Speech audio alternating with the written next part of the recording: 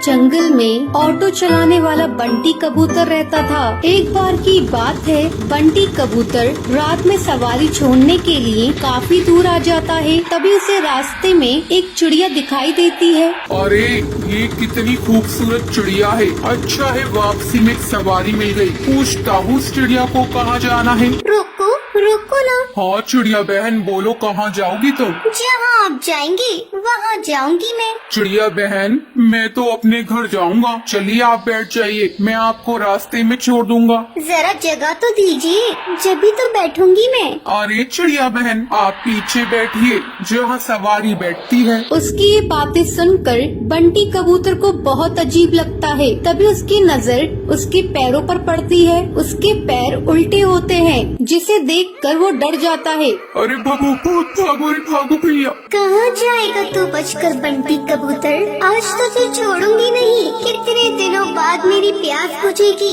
इस रास्ते पर कोई आता भी नहीं था, अब तू आया है मेरा शिकार।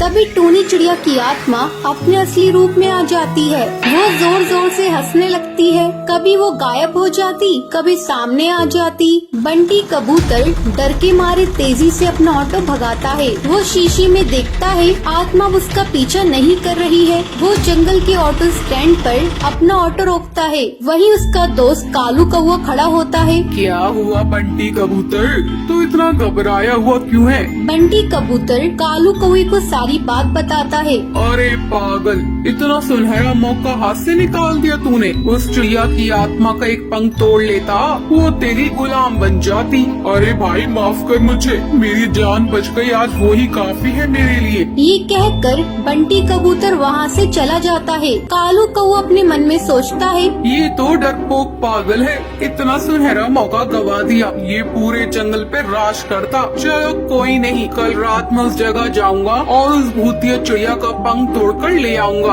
अगले दिन कालू कौवा अपना ऑटो लेकर उसी जंगल के रास्ते पर जाता है। वहाँ पर एक चिड़िया खड़ी होती है। रोको रोको ना, ऑटो रोको, मुझे जाना है।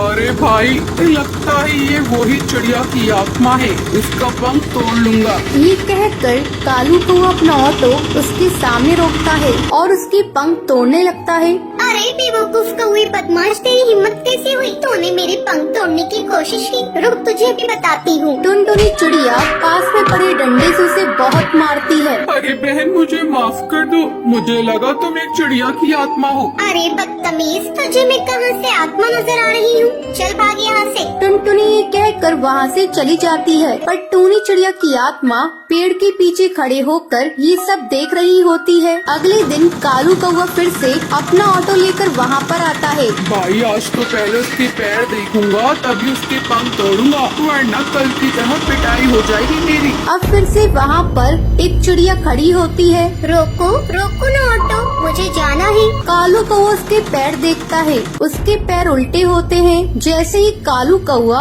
उसके पंख तोड़ने वाला होता है, तभी टूनी चिड़िया की आत्मा अपने असली रूप में आ जाती है। डरावनी आवाज़ें सुनाई देती है। कालू कौवे आप मेरे पंख तोड़ेगा? ये ले तोड़ के दिखा। टूनी चिड़िया की आत्मा कभी उसके सामने आ जाती, कभी उसके पीछे। वो उसे बहुत मारती है। मुझे माफ कर दो चिड़िया की आत्मा, मैं आगे से कभी भी ऐसा नहीं करूँगा। मुझे जाने दो, मत मारो। क्यों छोड़ दूं तुझे? तो जैसे मन चले बदमाश पक्षियों को मारना ही तो मेरा लक्ष्य है। तुम जैसे लालची पक्षियों को जीने का कोई हक नहीं। तभी वहाँ पर बबलू कबूतर ऑटो में अपनी सवारी बिठाकर वहाँ से गुजर रहा होता है। अरे चिड़िया की आत्मा छोड़ दो उसे, मैं तुमसे विनती करता हूँ। नहीं, मैं इसे नहीं छोड़ सकती। तुम जानते हो एक बार ऐसे ही मैं इस जंगल से ऑटो में जा रही थी। उस ऑटो वाले ने मेरा सामान लूट कर मुझे जान से मार दिया। जब से जो भी मुझे लालची पक्षी दिखाई देता है, मैं उसे जान से मार देती हूँ। तभी सुंदरी कौवी बोलती है, अरे टूनी चिड़िया तुम सही कह रही हो, तुम्हारे साथ गलत हुआ है, लेकिन तुम भी सही नहीं कर रही हो। ना जाने कितने पक्षियों को तुम मार रही हो। वो सब उसे बहुत समझाते हैं। वो कालू कौवे को छोड़ देती है। मुझे माफ कर दो, तुम सब सही कह रही हो। मैंने अपने इंतकाम पूरा करने के लिए ना जाने कितने पक्षियों के परिवार को तोड़ा है, पर अब नहीं। इस दुनिया में तुम जैसे नेक दिल पक्षी भी होते हैं। ये कहकर वो वहाँ से चली जाती है। टुनटुनी का पति बंटी एक कुली था। वो नदी पार से आने वाले पक्षियों के सामान को इधर से उधर करता था। एक दिन जब बंटी काम पर जा रहा था, तब टुनटुनी उससे कहती है, अजी, अपनी सेहत का भी ध्यान रखा करो। सभी किसी न किसी दिन छुट्टी लेते हैं, लेकिन तुम तो रविवार को भी काम करते हो। अरे पगली, अगर काम नहीं करूँगा तो घर कैसे चलेगा? तू तो माँ बनने वाली है, बच्चों का खर्चा बढ़ेगा। अगर काम नहीं करूँगा तो अपने बच्चों को अच्छी जिंदगी कैसे दूंगा? आपसे तो बात करना ही बेकार है। ये लीजिए पोटली, इसमें मैंने रोटी और चावल रख दिए हैं, समय से खा लीजिएगा। नहीं टुनटुनी, आज मेरी तबीयत कुछ सही नहीं लग रही है। कुछ भी खाने का मन नहीं कर रहा है। काम से आऊँगा तो खा लूँगा। बंटी बिना खाना लिए काम पर चला जाता है। टुनटुनी को क्या पता था कि बंटी से उसकी ये मुलाकात आखिरी थी। उधर बंटी बेहोश होकर बहती नदी में गिर जाता है और वहीं डूबकर मर जाता है। टुनटुनी भागी भागी अस्पताल जाती है।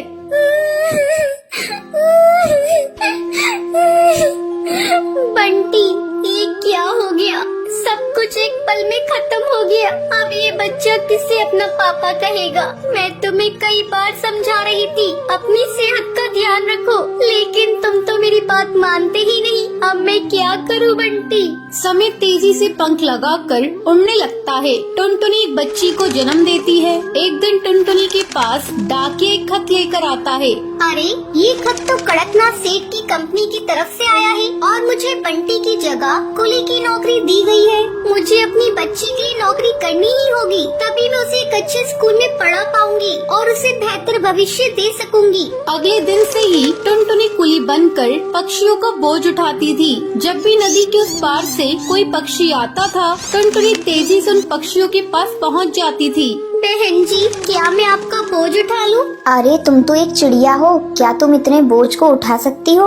हाँ हाँ बहन जी, मैं सारे बोझ को उठा लूंगी। बहन जी, मैंने अपनी जिंदगी में इतना बोझ उठा लिए है, ये बोझ तो उसके आगे कुछ नहीं है। क्यों, क्या हुआ? और तुम ये तुम्हारी बेटी को साथ में लेकर क्यों घूम रही हो? तुम्हारे पति कहाँ हैं? वो नहीं कमाते हैं क्या? क्या करिएगा बहन जी, मेरी दुख भरी कहानी सुनकर रोज इस नदी किनारे पे कई पक्षी आते हैं और मेरी दुख भरी कहानी सुनते हैं, लेकिन कोई मेरी मदद नहीं करता।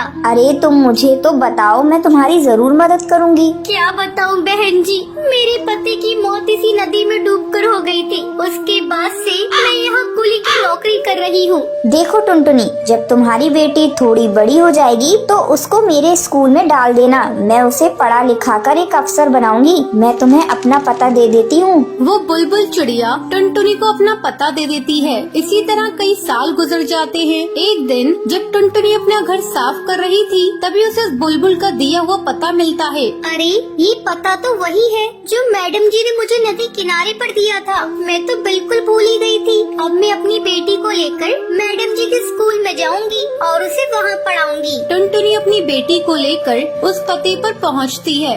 आओ आओ टुनटुनी, बहुत दिन हो गए तुमसे मिले।